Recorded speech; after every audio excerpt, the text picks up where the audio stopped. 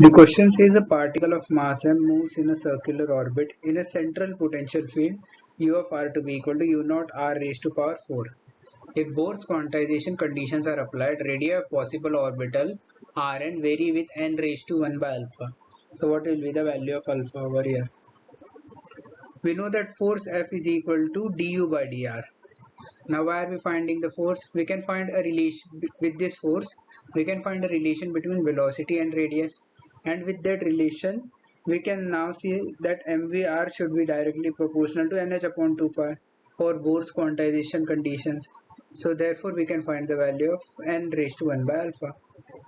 So firstly let us focus on force, that is equal to minus of du by dr, which is equal to minus of d by dr of u naught r raised to power 4, that is given to us in the question.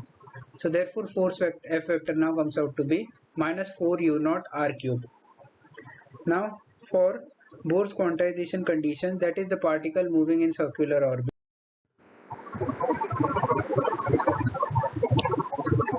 So therefore we have force for a circular orbit mv square by r to be equal to 4 u naught into r cube. So therefore we have velocity to be directly proportional to r square. Now for Bohr's quantization we have mv square is equal to nh upon 2 pi. So therefore we can say that v directly proportional to r square. Therefore we can say that r cube should be directly proportional to n.